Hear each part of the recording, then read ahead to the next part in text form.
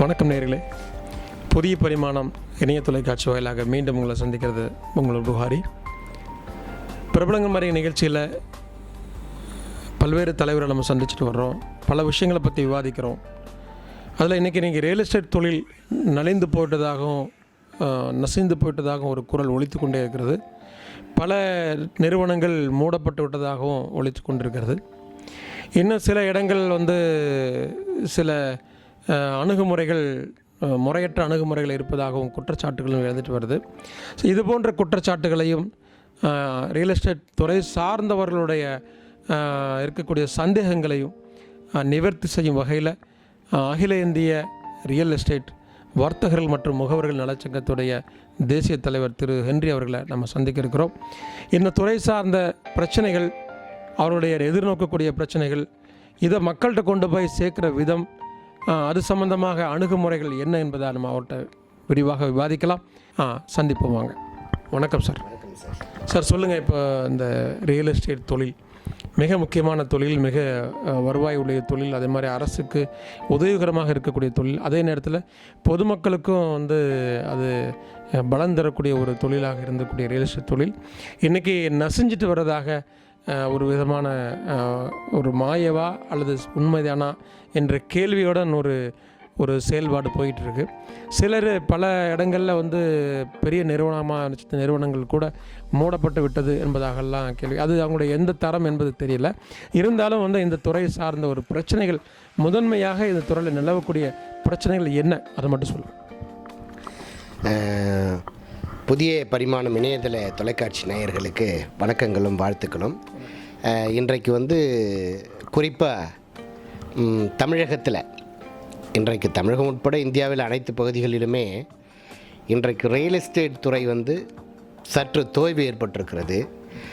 வளர்ச்சி மிக குறைவாக இருக்கிறது என்று சொல்லி பரவலாக மக்கள் மத்தியில் பேசப்படக்கூடிய ஒரு வழக்கு மொழியாக, வழக்கு தொடராக, வழக்கு சொல்லாக இன்றைக்கு இருந்து கொண்டிருக்கிறது. ஆனால் உள்ளபடியே ரியல் எஸ்டேட் தொழில் இந்த காலகட்டங்களில்தான் மிக சிறப்பாக நடந்து கொண்டிருக்கிறது. அதற்கு உதாரணம்தான் கடந்த 13/2/2018 ஸ்டார் 2.0 என்று சொல்லி ஒரு ஆன்லைன் பதிவு முறையை துவக்கி வைத்தார்கள். அந்த ஸ்டார் 2.0 திட்டம் 2வது மாதம் துவங்கப்பட்டது. 4வது மாதம் 30ஆம் தேதிக்குள்ளே 5 லட்சம் பத்திரங்கள் பதிவு செய்யப்பட்டிருக்கிறது. இது ரொம்ப பெரிய ஒரு விஷயமாக இருக்குது. 5 லட்சம் பத்திரங்கள் பதிவுக்கு ஏற்கப்பட்டு பதிவு செய்யப்பட்டு திரும்ப பொதுமக்களுக்கு வழங்கப்பட்டிருக்கிறது. ஆனால் பரவலாக ஒரு சில சமூக விரோதிகள் என்று கூட சொல்லலாம். ஏன்னா இன்றைக்கு உண்மையான வீடுகளை தேவையுள்ளவர்கள் தேடி வாங்கி வருகிறார்கள். ரியல் பையர்ஸ், ரியல் பர்ச்சேசர்ஸ் இன்றைக்கு அவர்களுக்கு தேவையான நிலங்களையும் வீடுகளையும் வாங்கி வருகிறார்கள். கடந்த காலகட்டங்களில் பார்த்திங்கன்னு சொன்னால் உண்மையான வீடு தேவையுள்ளவர்கள் மட்டுமல்ல, முதலீட்டாளர்களும் சொத்துக்களை வாங்கி குவித்து போடக்கூடிய பெரிய அளவில் செயல்படக்கூடிய இன்வெஸ்டர்ஸ், அவங்க எல்லாமே இந்த ரியல் எஸ்டேட் துறையில் ஏகப்பட்ட நிலங்களையும் வீடுகளையும் மனைகளையும் வாங்கி குவித்தார்கள்.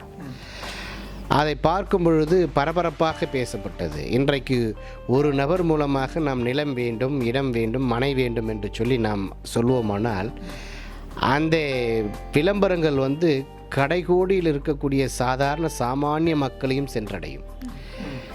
அது கடந்த காலங்களில் இந்த ரியல் எஸ்டேட் பூம்னு சொல்லுவோம். ரியல் எஸ்டேட் அந்த வளர்ச்சி அந்த காலகட்டங்கள் பார்த்திங்கன்னா 95-96 அபரிமிதமான, அதோட பல மடங்கு நீங்கள் சொல்கிறபடி மிகப்பெரிய அளவில் ஒரு பூம் என்று சொல்லி பார்த்திங்கன்னா 2004 2007 வரைக்கும் வரலாறு காணாத வகையில் விலை நிறைய மாவட்டங்களில், நிறைய மாநிலங்களில் விலை உயர்வு என்பது உச்சகட்டத்தை அடைந்தது. உதாரணத்துக்கு ஒரு 50 ரூபாய் இருந்த அந்த மனை கூட பார்த்திங்கன்னா 500, 1000 வரைக்கும் அந்த காலையில் ஒரு விலை, மதியம் ஒரு விலை, இரவு ஒரு விலை. அல்லனா காலையிலேருந்து இரவுக்குள்ளே 10 கை மாறுச்சுன்னு சொன்னால் 10 விலை மாறுதல் இருக்கும். அந்த வகையில் அந்த 2004லேருந்து 2007 வரைக்கும் அந்த காலகட்டங்களில் இந்த விலைவாசி உயர்வு என்பது வந்து அபரிதமாக இருந்தது, பல மடங்கு உயர்ந்திருந்தது. அதுக்கு அந்த காலகட்டங்களில் பார்த்தீங்கன்னு சொன்னால், சாதாரணமாக வீட்டு வேலை செய்கிறவங்க வந்து என்ன பண்ணுவாங்க, எங்கள் வீடு இப்போ வீட்டு ஓனர் விற்கிறாரு, வீட்டு ஓனருக்கு இடம் தேவை அப்படின்னு சொல்லி வீட்டு வேலை செய்கிறவங்களும் இந்த நில முகவராக செயல்பட்டாங்க. அயன் பண்ணுற ஒரு 10 வீட்டில் போய் துணி எடுத்துகிட்டு வருவார். அவங்க என்ன பண்ணுவாங்க, நான் துணி எடுக்கிற வீட்டில் வந்து வீடு இருக்குது, அவங்களுக்கு இடம் தேவை, நிலம் தேவைன்னு சொல்லி அயன் பண்ணக்கூடியவரும் நில முகவராக இருந்தார். வாகனம் ஓட்டுவார், சொகுசு காரை ஓட்டக்கூடிய டிரைவர், ஓட்டுநர் வந்து என்ன பண்ணுவார், எங்கள் ஓனருக்கு இது தேவை அப்படின்னு சொல்லி அவரும் நில முகவராக இருந்தார். இப்படி வந்து காய்கறி விற்கிறவர் காய்கறி விற்க போவார், கீரை விற்க போவாங்க.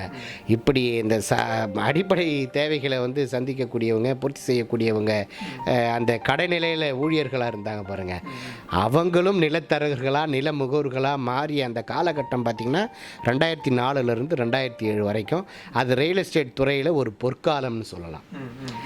அந்த நிலை 2007 வந்து அரசு நிலங்களின் மீதான வழிகாட்டி மதிப்பு பெரிய அளவில் உயர்த்தப்பட்டது. அப்போ வந்து உயர்த்தின உடனடியாக யாரும் வாங்க மாட்டாங்கல்ல. நீங்கள் நேற்று வரைக்கும் உதாரணத்துக்கு 50 ரூபா இருந்த சதுரடி இன்றைக்கு 500 ரூபானா அதுக்கு தேவையான சோர்ஸ் ஆஃப் இன்கம் காட்டணும், அதுக்கு தேவையான முத்திரைத்தாள் வேணும், அதுக்கு தேவையான தரகு தொகை கொடுக்கணும், அதுக்கு தேவையான பதிவு கட்டணம் செலுத்தணும்.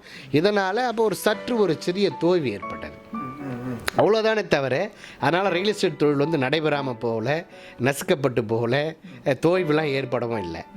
இப்போ இந்த மாதிரி வேறு வேறு தொழில்களில் இருந்து கொண்டு ரியல் எஸ்டேட் துறையில் ஈடுபட்டவங்களுடைய தலையீடு அதோடு கொஞ்சம் தவிர்க்கப்பட்டது, கொஞ்சம் தவிர்க்கப்பட்டது. இதே தொழிலில் இருக்கிறவங்க மட்டும் தொடர்ந்து இருக்கிற மாதிரி சூழல் இருக்குதா? ரியல் எஸ்டேட் துறையில் ஈடுபட்டவங்க நீங்கள் கடந்த காலங்களில் பார்த்தீங்கன்னு சொன்னால் இந்த ரியல் எஸ்டேட் தொழிலில் செய்யக்கூடியவங்க கொஞ்சம் வயது முதிர்ந்தவங்களாக இருப்பாங்க. ஒரு 60 வயது 50 வயது மதிக்கத்தக்கக்கூடிய ஒரு நபர்களாக இருப்பாங்க. முடியாதவங்க, இயலாதவங்க, அப்படிப்பட்டவங்க தான் இந்த வேலையை செஞ்சு வந்தாங்க. ஆனால் காலப்போக்கில் காலங்கள் மாறும் பொழுது எங்களை போன்ற படித்த இளைஞர்களும் சுயதொழில் வேலையை செய்ய வேண்டும் என்று சொல்லி விரும்பி இது போன்ற ரியல் எஸ்டேட் துறையை வந்து நாங்கள் தேர்ந்தெடுத்தோம்.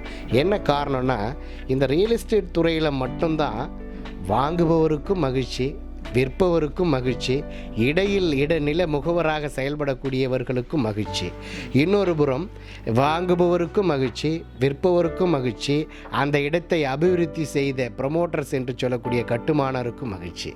இது ரியல் எஸ்டேட் துறை என்பது ஏதோ மனையை மட்டும் வாங்குவது விற்பது அல்ல.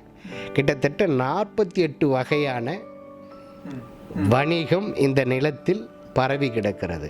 நிலமாக விற்பது, மனையாக விற்பது, வீடு கட்டி விற்பது, அடுக்குமாடி குடியிருப்பாக கட்டி விற்பது, வணிக வளாகமாக கட்டி விற்பது, தனி வீடுகளாக கட்டி விற்பது, சொகுசு பங்களாக்களாக கட்டி விற்பது, இப்படி இந்த ரியல் எஸ்டேட் துறையில் கிட்டத்தட்ட 48 வகையான பிரிவு இருக்கிறது. இதில் வந்து பல லட்சம் தொழிலாளர்கள் வந்து இன்றைக்கு ஈடுபட்டு கொண்டிருக்கிறாங்க. கட்டுமான தொழிலாளர்கள் உட்பட அந்த கட்டுமான பொருட்களை உற்பத்தி செய்கின்ற வேலையாட்கள் வரை, அதை கொண்டு போகிற டிரான்ஸ்போர்ட் போக்குவரத்து தொழிலாளர்கள் வரை, ரா மெட்டீரியல்ஸ் உற்பத்தி பொருட்களை தயாரிக்கக்கூடியவங்க வரைக்கும், ஃபைனலாக அந்த பில்டிங்க்கு அழகுபடுத்தக்கூடிய அழகு கலைஞர்கள் வரை இன்றைக்கு இந்தியாவில் இருக்கக்கூடிய மக்கள் தொகை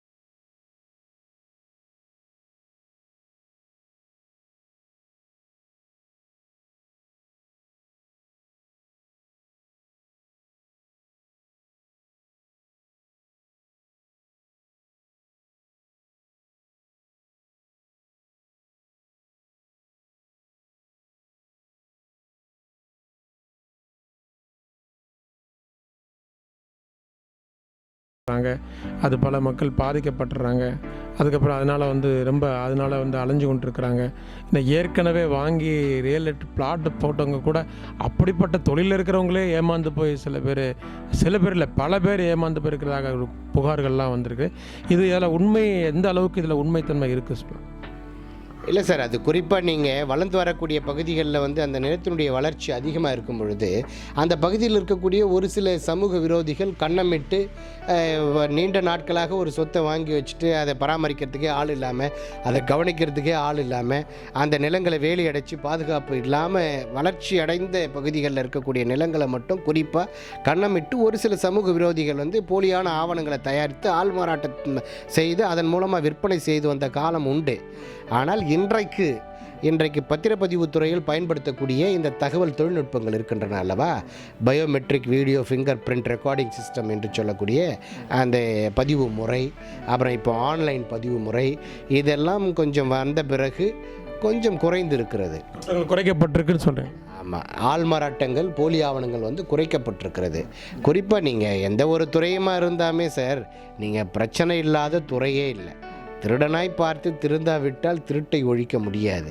இன்றைக்கு வந்து சிந்திக்கக்கூடியவன், நீங்கள் 1% 2% குற்றம் நடக்குது அப்படிங்கிறதுக்காக 98% ரியல் எஸ்டேட் வர்த்தகர்களையும் நம்ம குறை சொல்ல முடியாது. நீங்கள் இவங்க விற்கிற நிலம் தப்பான நிலமாக இருக்குமா, போலி ஆவணமாக இருக்குமா, ஆள்மாறாட்டம் செஞ்சுருப்பாங்களான்ற மாதிரி நம்ம பார்க்க முடியாது. ஆனால் இன்றைக்கு ரியல் எஸ்டேட் வர்த்தகம் வந்து தூய்மையாக, நேர்மையாக, உண்மையாக 99% வந்து நடந்து கொண்டிருக்கிறது. ஆனால் வாங்குகின்றவர்கள் தான் விழிப்போட அந்த நிலங்களை வந்து நீங்கள் வெறும் ஏதோ பத்திரப்பதிவு முடிஞ்ச உடனே கடமைக்காக அந்த பத்திரத்தை தூக்கி பீரோவிலையோ லாக்கர்லேயோ அலமாரிலையோ போட்டு வச்சிடக்கூடாது. முறையாக அதுக்கு உண்டான வருவாய் பதிவேடுகளை வந்து மாற்றம் செஞ்சு அந்த நிலங்களை வந்து வேலி அடைத்து பாதுகாக்க வேண்டியது அவர்களுடைய கடமை. இன்றைக்கு வந்து 1 லட்சம் ரூபாய் கொடுத்து ஒரு இடத்தை வாங்கும் பொழுது ஒரு 5000 ரூபாயும் 10,000 ரூபாயும் கொடுத்து அதை பாதுகாப்பு வேலியை அமைக்க முடியாதுன்னு சொன்னால் யானை விலை கொடுத்து வாங்கிட்டு சாட்டையை வாங்குவதற்கு பணம் இல்லை அப்படிங்கிற மாதிரி ஒரு சூழல் தான் இன்றைக்கு குறிப்பாக ஒரு 10% மக்கள் மத்தியில் தான் இந்த மாதிரி ஒரு சூழல் நிலவுகிறது. இன்றைக்கு 90% மக்கள் வந்து விழிப்போட, ஏன்னா இன்றைக்கி வந்து வீட்டுமனை அபிவிருத்தியாளர்களே அந்த மனைகளுக்கு தேவையான பாதுகாப்பு வேலியை வந்து அமைச்சு கொடுத்துட்றாங்க. ஆமாம், இன்றைக்கு பல சேவைகள் வந்து பொதுமக்களுக்கு வந்து கிடைக்கிறது. அதன் மூலமாக பொதுமக்கள் தங்களுடைய சொத்துக்களை பாதுகாப்பாகவும் வைத்து கொள்ளலாம். அந்த பொதுமக்களுக்கு தேவையான பாதுகாப்பு வேலிகளை அமைத்து கொடுக்கும் பொழுது அந்த வேலையாட்களுக்கும் தேவையான பணம் கிடைக்கிறது. ஸோ அதனால் இன்றைக்கு நீங்கள் அன்றைய காலகட்டங்களில் வந்து சொத்தினுடைய மதிப்பு கிடையாது, அதனுடைய மதிப்பு தெரியாது, ஏதோ வாங்கி போட்டிருக்கிறாங்க. நிறைய பேர் பணமாக வச்சுருந்தாங்க சொத்துக்கள்லாம் வாங்கி போடாமல். இந்த சொத்துக்கள் வந்து பன்மடங்கு விலை உயர்ந்ததுக்கு பிறகு தான் சொத்தினுடைய மதிப்பு நிறைய பேருக்கு தெரிய ஆரம்பிச்சது, புரிய ஆரம்பிச்சது, அதனுடைய முக்கியத்துவம் தெரிய ஆரம்பிச்சது. பிள்ளைகள்லாம் வளர்ந்து பெரிய ஆளாக மாறும்பொழுது தான் ஐயோ நம்ம பிள்ளைங்களுக்கு ஒரு நிலம் இல்லையே, நம்ம பிள்ளைங்களுக்கு ஒரு சொத்து இல்லையே, நம்ம பிள்ளைங்களுக்கு ஒரு மனை இல்லையே, நம்ம பிள்ளைங்கள் வாழ்வதற்கு ஒரு சொந்தமான வீடு இல்லையே, ஒரு சாதாரண ஒரு காக்கா குருவிக்கு கூட பறவைகளுக்கு கூட வீடு இருக்கிறதே, கூடு இருக்கிறதே, ஆனால் நம்ம கிட்டத்தட்ட 50-60 ஆண்டு காலம் மனிதன் வாழ்ந்து கொண்டிருக்கிறான், 80 ஆண்டு காலம் 100 ஆண்டு காலமாக வாழ்ந்துட்டுருக்கிறான். இப்படிப்பட்ட மனிதர்களுக்கு ஒரு நிலையான வீடு இல்லையே அப்படின்ற அந்த ஒரு எண்ணமும் ஏக்கமும் மனிதர்களுக்கு உருவாக்கிய பிறகு தான், அந்த தேவையினுடைய அர்த்தம் உணர்ந்த பிறகு தான் தேடல் வருகிறது. தேடல் வரும்பொழுது தான் உண்மையான நிலங்களையும் மனைகளையும் வீடுகளையும் தேர்ந்தெடுத்து வாங்கி கொண்டிருக்கிறார்கள். இன்று வரையிலும் மனிதர்கள் வாழும் வரை ரியல் எஸ்டேட் வர்த்தகம் ஒரு காலம் ஒழியாது, அழியாது, தொய்ந்து போகாது, எந்த வகையிலும் வீழ்ச்சி அடையாது. உண்மையான பயனாளிகள் வாங்கி கொண்டு தான் இருப்பார்கள். தேவையுள்ள, ஏன்னா மனிதர்கள் வந்து இன்றைக்கு அவங்களுடைய மனைகளையோ வீடுகளையோ நிலங்களையோ தேர்ந்தெடுக்கும் பொழுது அதை சுற்றுப்புறங்களில் இருக்கக்கூடிய அடிப்படை வசதிகளை கருத்தில் கொண்டு தான் அந்த மனைகளை தேர்ந்தெடுக்கிறார்கள். நம்ம அங்கே போய் ஒரு இடத்த வாங்கி வீடு கட்டணும்னு சொன்னால் நமக்கு தேவையான சாலை வசதி இருக்கா, மின்சார வசதி இருக்கா, குடிநீர் வசதி இருக்கா, அங்கே தேவையான போக்குவரத்து வசதிகள் இருக்கிறதா, கல்விக்கூடங்கள் இருக்கிறதா, மருத்துவமனைகள் இருக்கிறதா, வேலைவாய்ப்புக்கு ஏதுவான இடங்கள் இருக்கிறதா, அடிப்படை வசதிகளுக்கு தேவையான கட்டமைப்புகள் இருக்கிறதா என்பதை வந்து முதல்ல சிந்திச்சு அதுக்கு ஏற்றபடி தான் இன்றைக்கு வந்து முதலீடு செய்து மனைகளையும் வீடுகளையும் வாங்குகிறாங்க. பொதுவாக இந்த இல்ல கனவுகளை வந்து இந்த கனவு இல்லம்னு சொல்லுவாங்க. அந்த இல்ல கனவுகள் உள்ள மனிதர்கள் இல்லாத ஒருத்தரும் இருக்க முடியாது. எல்லா மனிதனாய் பிறந்த அத்தனை பேருக்கும் தனக்கென ஒரு சொந்த இல்லம் வேணும் அப்படின்ற கனவு எல்லா மனிதர்களுக்குள்ளேயும் இருக்கும். குறிப்பாக இன்றைக்கு இன்றைக்கு வந்து இந்த வீடுகளை வந்து தேர்ந்தெடுக்கக்கூடியவங்க வந்து யாருன்னு பார்த்தீங்கன்னு சொன்னால் ஃபஸ்ட்டு ஜென்ரேஷன் சொல்கிறாங்க. 70% பேர் ஃபஸ்ட்டு ஜென்ரேஷன் தான், ஃபஸ்ட்டு ஏர்னர். 30% பேர் தான் தன்னுடைய மகன் வந்து வெளிநாடுகளில் இருப்பான், அவனுக்கு தேவையான ஒரு பாதுகாப்புக்கு ஒரு இன்றைய முதலீடு வந்து நாளைய வந்து மிகப்பெரிய ஒரு அளவில் இன்றைக்கு முதலீடு நம்ம செஞ்சு வச்சோம்னு சொன்னால், சிறிய அளவில் ஊராட்சிகளில் கிராமங்களில் இன்றைக்கு வந்து நம்ம முதலீடு பண்ணோம்னு சொன்னால் நாளைக்கு வந்து நம்முடைய வாழ்க்கைக்கு அது பாதுகாப்பாக இருக்குது. இன்றைய சிறுநகரங்கள் எல்லாம் நாளைக்கு வந்து பெருநகரங்களாக மாறிடுது. ஸோ அதனால் மண்ணில் போடுற பணம் மட்டும் என்றைக்குமே வீண் போகாது. இன்னொரு நான் கேள்வி என்னன்னா, பொதுவாக அவங்களோட ஃபெய்ராவுடைய கூட்டமைப்பு ரியல் எஸ்டேட் தொழில் பண்ணுறவங்களுக்கும் பாதுகாப்பாக இருக்கக்கூடிய ஒரு அமைப்பு இது. பல பேர் இந்த தொழில் செஞ்சவங்க பல வேறு பிரச்சனைகளில் வந்து சிக்கிட்டு இருக்கிறதாக வந்து தகவல்கள் வருது. இப்போ சிஎம்டிஏலேருந்து வரக்கூடிய பிரச்சனைகள், அரசுடைய பத்திரப்பதிவிலேருந்து பிரச்சனை, சிலது வந்து முன்பே செஞ்ச செயலில் சில இடர்பாடுகள்னால அவங்க விற்க முடியாத ஒரு சூழல். இப்படி பல விஷயங்களில் வந்து அவங்களுடைய தொழில் சார்ந்த அவங்க உறுப்பினர்கள் இருக்கிறாங்க. இப்போ இவங்களுக்கெல்லாம் நீங்கள் தீர்வு எதை மாதிரியான தீர்வு நீங்கள்? சார், முழுக்க பிரச்சனையை பொறுத்து சுமூகமான தீர்வுனா நாங்கள் அழைத்து பேசி, ஒரு குழு இருக்குது, சட்டத்துக்கு உட்பட்டு அழைத்து பேசி பிரச்சனைகளை தீர்த்து கொடுப்போம். இல்லைன்னா சட்ட ரீதியாக நாங்கள் எந்த பிரச்சனையும் சந்திப்போம். இன்றைக்கு நாங்கள் வந்து ஃபெய்ரா கூட்டமைப்பு அப்படிங்கிறது சொல்லி ரியல் எஸ்டேட் வர்த்தகர்களுக்கும் மக்களுக்கும் இடையேயான உறவு பாலம். மக்கள் நல பேரவை என்பது மக்களுக்கும் அரசுக்கும் இடையேயான உரிமை பாலம். இவ்வளவு தான். நாங்கள் மக்களுக்கும் அரசுக்குமான ஒரு உரிமை பாலத்தை பேரவை மூலமாக செய்து கொண்டிருக்கிறோம். ஃபெய்ராவின் மூலமாக ரியல் எஸ்டேட் வர்த்தகர்களுக்கும் மக்களுக்கும் இடையேயான ஒரு உறவு பாலமாக நாங்கள் ஏற்படுத்தியிருக்கிறோம். நிலங்களை வாங்கும் பொழுது ஏற்படக்கூடிய சிக்கல்கள், பிரச்சனைகள் எதுவாக இருந்தாலும் நாங்கள் வந்து அழைத்து பேசுவோம். அவங்க அந்த பிரச்சனைக்கு வந்து அவங்க உடன்படலை அப்படின்னு சொன்னால் உடனடியாக நாங்கள் சட்ட ரீதியாக அந்த பிரச்சனைகளை வந்து தீர்த்து கொடுப்போம். இன்றைக்கு வந்து ஒரு சாதாரணமாக ஒரு உதாரணத்துக்கு வந்து ஒரு தள்ளு வண்டியில் ஒருத்தன் கீரை விற்றுட்டு போகிறான், காய் விற்றுட்டு போகிறான். அவன் கடைசி வரைக்கும் தள்ளு வண்டியிலேயே விற்றுட்டு போகணுன்ற அவசியம் இல்லை. அடுத்தது வந்து அவனோட வசதிக்கு ஏற்றபடி அடுத்த கட்டத்துக்கு அவன் நகர்ந்து போகணும். அதன் பிறகு அடுத்த கட்டத்துக்கு அவன் ஒரு சூப்பர் மார்க்கெட்டு, அவனோட தொழில் ரீதியாக அவன் எப்படிலாம் டெவலப் ஆக முடியுமோ அப்படிலாம் டெவலப் ஆகணுன்றது தான் எங்களுடைய கருத்து.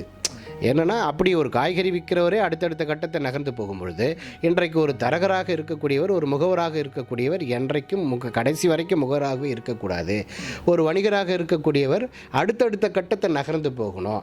அதற்கு தேவையான ஆலோசனைகளை வந்து நாங்கள் ஃபெய்ரா கூட்டமைப்பு சார்பாக நாங்கள் வழங்கி கொண்டிருக்கிறோம். அதே போல் தொழில் வளர்ச்சிக்கு தேவையான இப்பொழுது இருக்கக்கூடிய தொழில் நுணுக்கங்களை எல்லாம் நாங்கள் வந்து சொல்லிக் கொடுக்குறோம். அதே போல் வந்து இன்றைக்கு இந்த அங்கீகாரம் சம்பந்தமாக சிஎம்டிஏ அலுவலகமாக இருக்கட்டும், டிடிசிபி அலுவலகம்,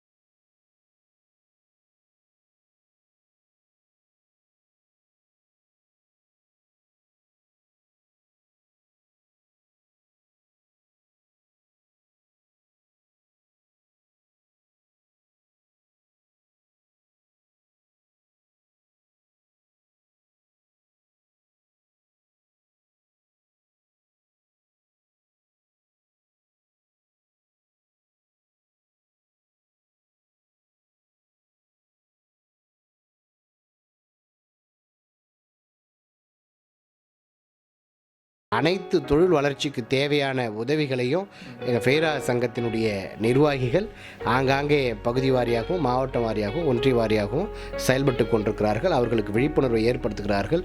அதே போல் மக்களுக்கும் வர்த்தகர்களுக்கும் இடையேயான பிரச்சனைகளையும் சுமூகமாக சட்ட ரீதியாக தீர்த்து கொடுப்பதிலும் நாங்கள் ஃபெய்ரா கூட்டமைப்பு வந்து முதன்மையாக விளங்கிட்டுருக்கிறோம். இன்றைக்கு தமிழகத்தில் இருக்கக்கூடிய பகுதியாக இருக்கக்கூடிய தாலுக்காவில் இருக்கிற, மாவட்டங்களில் இருக்கிற, ஒன்றியங்களில் இருக்கிற சங்கங்கள் எல்லாம் ஒரே குடையின் கீழே ஒரு பலமான ஒரு அமைப்பாக இன்றைக்கு ஃபெய்ரா கூட்டமைப்பு வந்து விளங்கி கொண்டிருக்கிறது. தமிழகம் மட்டுமல்ல, இந்தியாவில் கிட்டத்தட்ட 13 மாநிலங்களில் எங்களுடைய ஃபெய்ரா கூட்டமைப்பு வந்து செயல்பட்டு கொண்டிருக்கிறது. இந்த ஃபெய்ரா கூட்டமைப்புக்கு வந்து நான் 3வது முறையாக நான் வந்து தலைவராக 3 ஆண்டுக்கு ஒரு முறை தலைவர் பதவி கிட்டத்தட்ட 1989ஆம் ஆண்டு திருவண்ணாமலையில் மாநில அளவில் துவங்கப்பட்ட ஒரு சங்கம் இது. அந்த சங்கத்தை வந்து அன்றைக்கு கல்வி கண் திறந்த கிங்மேக்கர் ஐயா காமராஜரோட தொழிற்சங்கத்தை நடத்தியவர். நெய்வேலியினுடைய அந்த நிலக்கரி அது சம்பந்தமான அந்த தொழிற்சங்கத்தை வந்து துவங்கி வைக்க ஐயா நேரு அவர்கள் வரும்போது அவரோடு கூட இணைந்து பணியாற்றியவர். மதிப்புமிகு முனுசாமி ஐயா அவர்கள் தான் 89 இந்த சங்கத்தை துவங்கினாங்க. காலப்போக்கில் 2009 இறுதி கட்டங்களில் இந்த மாநில அளவில் இருக்கக்கூடிய சங்கத்தை தேசிய அளவில் உயர்த்தணும், இளைஞர் தலைவராக வரணும்னு அவர் விரும்பியதுனால நாங்கள் வந்து இன்றைக்கு இப்போ இந்திய அளவில் 13 மாநிலங்களில் மாநில சங்கத்தை தேசிய அளவில் அகில இந்திய ரியல் எஸ்டேட் சம்மேளனம் என்ற பெயரில் இன்றைக்கு இந்தியா முழுவதும் இந்த அகில இந்திய ரியல் எஸ்டேட் வர்த்தகர்கள் மற்றும் முகவர்கள் நல சங்கங்களின் கூட்டமைப்பு ஃபெய்ரா அப்படின்ற பேரில் இன்றைக்கு வந்து நாங்கள் தமிழகத்தில் மட்டுமல்ல இந்தியாவில் இருக்கக்கூடிய பிற மாநில பிரச்சனைகளிலும் அங்கங்கே இருக்கக்கூடிய மாநில பொறுப்பாளர்கள் வந்து இதை வந்து தேர்த்துக்கிட்டு வராங்க. அதே போல் real estate regulation act, real estate ஒழுங்குமுறை ஆணையம் இருக்குது. அந்த ஆணையத்தை குறித்தும் ஆணையத்தினுடைய செயல்பாடுகளை குறித்தும் ரியல் எஸ்டேட் துறையில் இருக்கக்கூடிய தொழில் நுணுக்கங்களையும் பிரச்சனைகளை குறித்தும் பதிவுத்துறை, வருவாய்த்துறை, அங்கீகாரத்துறை போன்ற 3 துறைகளிலும் இருக்கக்கூடிய பிரச்சனைகள், அதனுடைய செயல்பாடுகள், அதனுடைய நடவடிக்கைகளை குறித்தும் களைவதற்கு எங்களுடைய குழு வந்து சிறப்பாக செயல்பட்டு இருக்கிறது. இதில் வந்து பல பிரச்சனைகள் வரும், பல இன்னல்கள் வரும், இடர்பாடுகள் வரும், தொய்வுகள் வரும். எதையும் நாங்கள் வந்து பொருட்படுத்தாமல் எங்களுடைய இலக்கு, எங்களுடைய பாதை, எங்களுடைய பயணம் வந்து ஏற்கனவே தீர்மானிக்கப்பட்டது. நாங்கள் வகுத்த பாதையில் நாங்கள் சென்று கொண்டிருக்கிறோம். மக்களுக்கும் ரியல் எஸ்டேட் வர்த்தகர்களுக்கும் தேவையான அனைத்து உதவிகளையும் எனது தலைமையிலான ஃபெய்ரா கூட்டமைப்பு மிக சிறப்பாக இதுவரைக்கும் செய்து கொடுத்து வருகிறது. இனியும் தொடர்ந்து நாங்கள் செயலாற்றுவோம் என்பதை தெரிவித்து இன்னொரு விஷயம் சார், இப்போ நீங்கள் இது ஒரு பெரிய துறை, ஒரு பெரிய அது இப்போ துறை பெருசாக இருந்தால் வருவாய்த்துறை வருவாயும் அதிகமாக இருந்தால் அதுலேருந்து அரசுலேருந்து வரக்கூடிய பிரச்சனைகளும் அதிகமாக இருக்கும். இப்போ அதை களையிறதுக்கான வந்து இப்போ ஒரு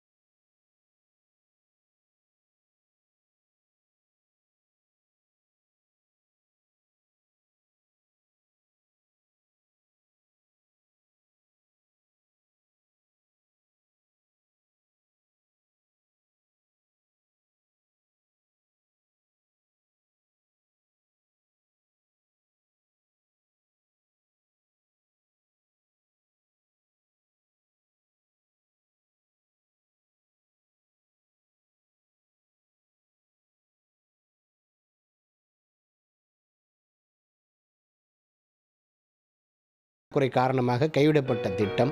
ஆனால் தொடர்ந்து ஃபெய்ரா கூட்டமைப்பு கோரிக்கை வைத்து பிறகு 2012ஆம் ஆண்டு இறுதி கட்டத்தில் தொடர்ந்து அதை மீண்டும் நடைமுறைக்கு கொண்டு வந்தது. இன்றைக்கு ஆன்லைனில் வந்து நீங்கள் இணையத்தில் இலவசமாக வில்லங்க சான்றிதழ் பார்க்கக்கூடிய ஒரு திட்டத்தை ஃபெய்ரா கூட்டமைப்பு வந்து கொண்டு வந்ததுன்னு சொல்லி நம்ம பெருமையோடு சொல்லிக்கொள்ள முடியும். அதே போல் இந்த குறுந்தகடு திட்டமாக இருக்கட்டும், வெப் கேமரா வந்து நீங்கள் பதிவு அலுவலகங்களில் வெளியாட்களுடைய நடமாட்டத்தை குறைக்கணுன்றதுக்காக வெப் கேமரா ஃபிக்ஸ் பண்ணுற ஒரு திட்டமே, நீங்கள் பொதுமக்கள் வந்து பதிவுத்துறையில் சேவை செய்ய போகும்போது யார் பதிவு அலுவலர்கள் யார் வெளியாட்கள் தெரியாமல் வித்தியாசம் தெரியாமல் குழம்பி போயிட்டு ஏமாறக்கூடிய ஒரு சூழல்லாம் இருந்தது. அவர்களை வந்து இவங்க அடையாள அட்டையோடு இவர்கள் தான் அதிகாரிகள் அப்படின்னு சொல்லி போட வச்சதில் நம்மளுடைய கோரிக்கை வந்து மிகப்பெரிய ஒரு கோரிக்கை. அதே போல் வந்து கணினி பட்டாவை கொண்டு வந்தது. சிட்டாடங்கள்லாம் இலவசமாக மக்கள் பார்க்கவும் அதை பெறவும் டவுன்லோட் பண்ணி அதை பெற்றுக்கொள்ளவும் கூடிய வகையில் கொண்டு வந்தது. அப்புறம் இந்த அங்கீகாரத்துறையில் வந்து பல மாற்றங்களை வந்து கொண்டு வந்தது. அப்புறம் இந்த வரன்முறை சட்டத்தை வந்து நீங்கள் விவசாய நிலங்களை விற்பனை செய்யக்கூடாதுன்னு தடை போட்ட பொழுது நீங்கள் வரன்முறை சட்டத்தை கொண்டு வருவதில் மிக பெரும் பங்கு, முக்கிய பங்கு ஃபெய்ரா கூட்டமைப்பு வகுத்திருக்கிறது. இப்படி பதிவு அலுவலகங்களை வந்து வயதானவங்க செல்லும்போது அங்கே உட்கார்றது கூட நாற்காலிகள், அமரும் இருக்கைகள் இல்லாத ஒரு சூழ்நிலை, அது வேணும்னு கோரிக்கை வச்சு இன்றைக்கு அமரும் இருக்கைகளை உருவாக்கியது. அப்புறம் பெண்கள், கர்ப்பிணி பெண்கள், வயது முதியவர்கள்லாம் நீங்கள் பதிவு அலுவலகத்துக்கு செல்லும்பொழுது அங்கே கழிவறை இருக்காது, சிரமப்படுவாங்க. அப்படி அந்த பொதுமக்களுக்கு வந்து கழிப்பதற்கு கழிவறை வேணும்னு சொல்லி கோரிக்கை வச்சது. அப்புறம் சில பேர் குடிப்பதற்கு தண்ணீர் இல்லாமல் தவித்து கொண்டிருப்பார்கள், எல்லா பதிவு அலுவலகங்களையும் எங்களுக்கு குடிநீர் அவசியம் வேணும் அப்படின்னு சொல்கிறது. இப்படி பல கோரிக்கைகளை பல காலகட்டங்களில் சம்மந்தப்பட்ட 3 துறை தான் எங்களோடது. ரியல் எஸ்டேட் வர்த்தகம் என்று சொன்னாலே பதிவுத்துறை, வருவாய்த்துறை, அங்கீகாரத்துறை, இந்த 3 துறைகளிலும் இருக்கக்கூடிய பெரும்பாலான பிரச்சனைகளை, குறைகளை களைவதற்கு முக்கிய பங்கு, முதன்மையான பங்கு ஃபெய்ரா கூட்டமைப்புக்கு உண்டு. அது தொடர்ந்து அந்த என்னென்ன தேவைகள் எல்லாம் அந்தந்த காலகட்டங்களில் இருக்கிறதோ அந்த தேவைகளை எல்லாம் நாங்கள் தொடர்ந்து கோரிக்கை வைக்கிறோம். சம்பந்தப்பட்ட அதிகாரிகளையும் அமைச்சர்களையும் சந்தித்து வருகிறோம். அவர்களும் அந்த காலத்தினுடைய அருமையை கருதி, மக்களினுடைய நலனை கருதி ஒரு சில திட்டங்களை வந்து நிறைவேற்றி வந்திருக்கிறார்கள். பல திட்டங்கள் நிறைவேற்றப்படாமல் இருக்கிறது. குறிப்பாக இதுக்கு ஒரு ஆணையம் வேணும் நாங்கள் சொல்லிட்டு இருக்கிறோம். அப்புறம் குறிப்பாக இந்த ரியல் எஸ்டேட் துறையில் ஈடுபடக்கூடிய இந்த நிலத்தரகர்களுக்கு வந்து ஒரு வாரியம் வேணும்னு சொல்லிட்டு இருக்கிறோம். அதெல்லாம் விரைவில் வந்து ஏற்படுத்தப்படும், தீர்க்கப்படும் சொல்லிட்டு இருக்கிறாங்க. பத்திர எழுத்தர்களுக்கு வந்து ஒரு பாதுகாப்பு வேணும், அவர்களுக்கு ஒரு ஆணையம் வேணும்னு சொல்லிட்டு இருக்கிறோம். இதெல்லாம் விரைவில் வந்து நடைமுறைக்கு வரும் அப்படின்னு சொல்லி வாக்குறுதி அளித்திருக்கிறாங்க. நாங்களும் நம்பிக்கையோடு எதிர்பார்த்துட்ருக்குறோம். இப்படி மக்களுக்கு வந்து ஏற்படக்கூடிய சிக்கல்களை, இன்னல்களை, பிரச்சனைகளை எல்லாம் மக்களில் மக்களாக, மக்களில் ஒருவராக நாங்கள் மக்கள் நலனில் அக்கறை கொண்டு இது போன்ற பிரச்சனைகள் எல்லாம் அரசுக்கு எடுத்து சென்று கோரிக்கையாக வைத்து எங்களுடைய தேசிய மாநாடு இதுவரைக்கும் 5 மாநாடு பண்ணியிருக்கிறோம். இந்த 5 மாநாட்டிலையும் கோரிக்கைகள் சம்மந்தப்பட்ட பதிவுத்துறையினுடைய தலைவர்கள், சம்மந்தப்பட்ட சமூக ஆர்வலர்கள், சம்மந்தப்பட்ட துறையினுடைய அமைச்சர்களை அழைத்திருக்கிறோம். சம்மந்தப்பட்ட மாநிலத்தினுடைய முதலமைச்சர், துணை முதல்வர்கள் அல்லது அமைச்சர்கள், இப்படிப்பட்டவர்களை சந்தித்து நாங்கள் கோரிக்கை வைத்திருக்கிறோம்.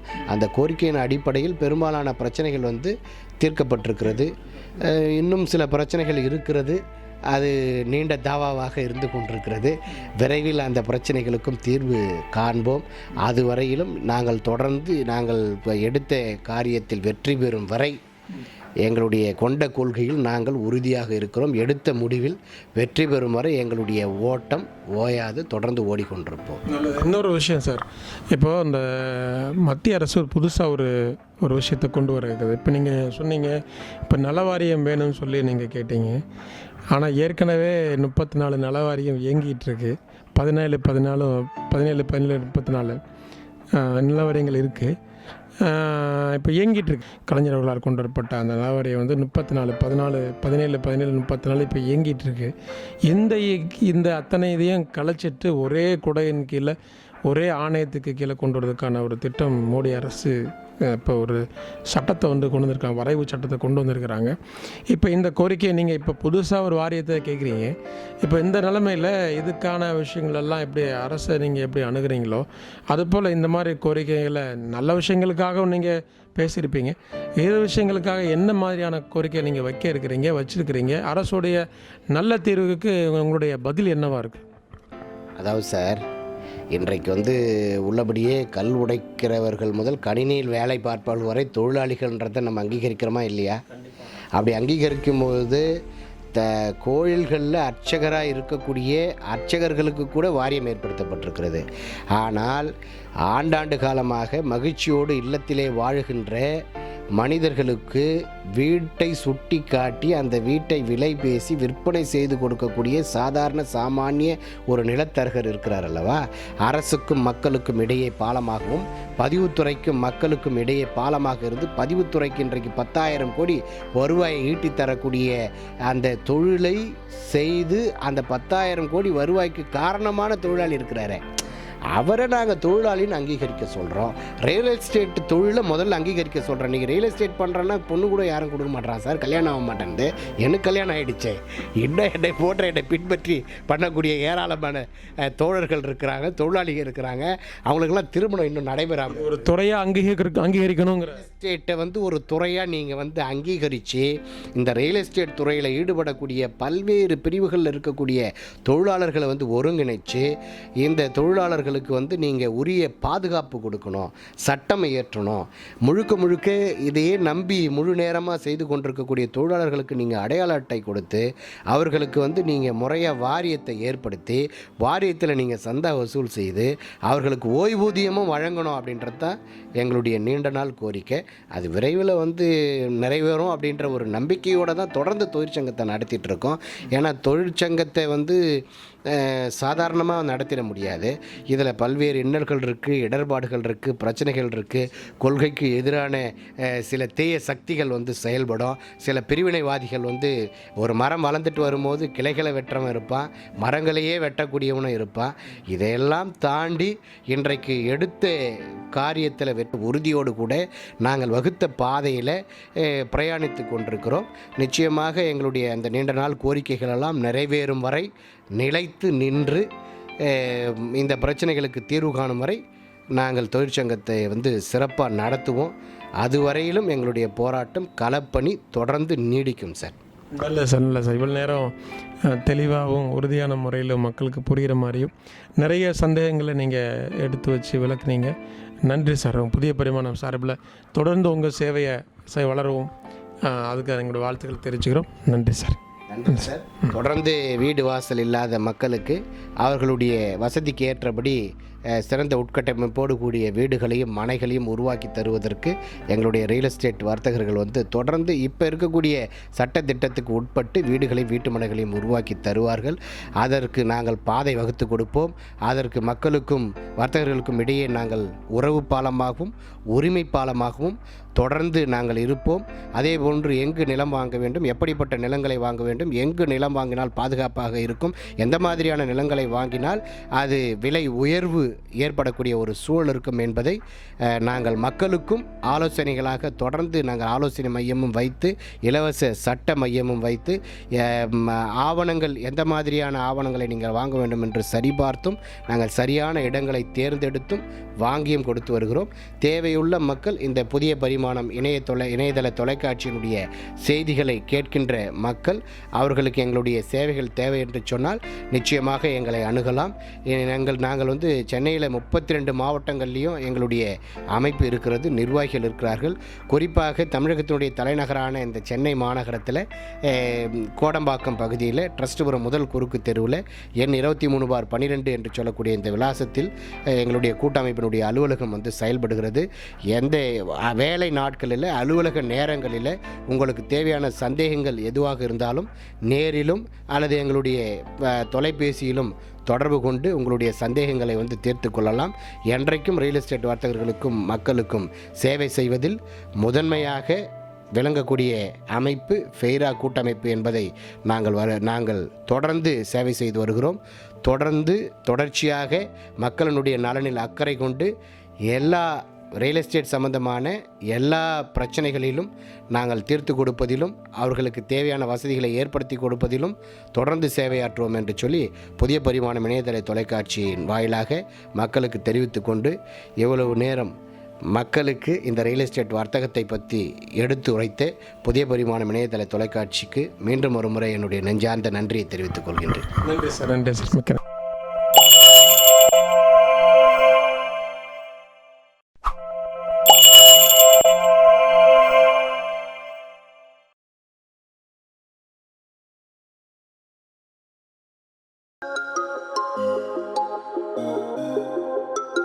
Thank you.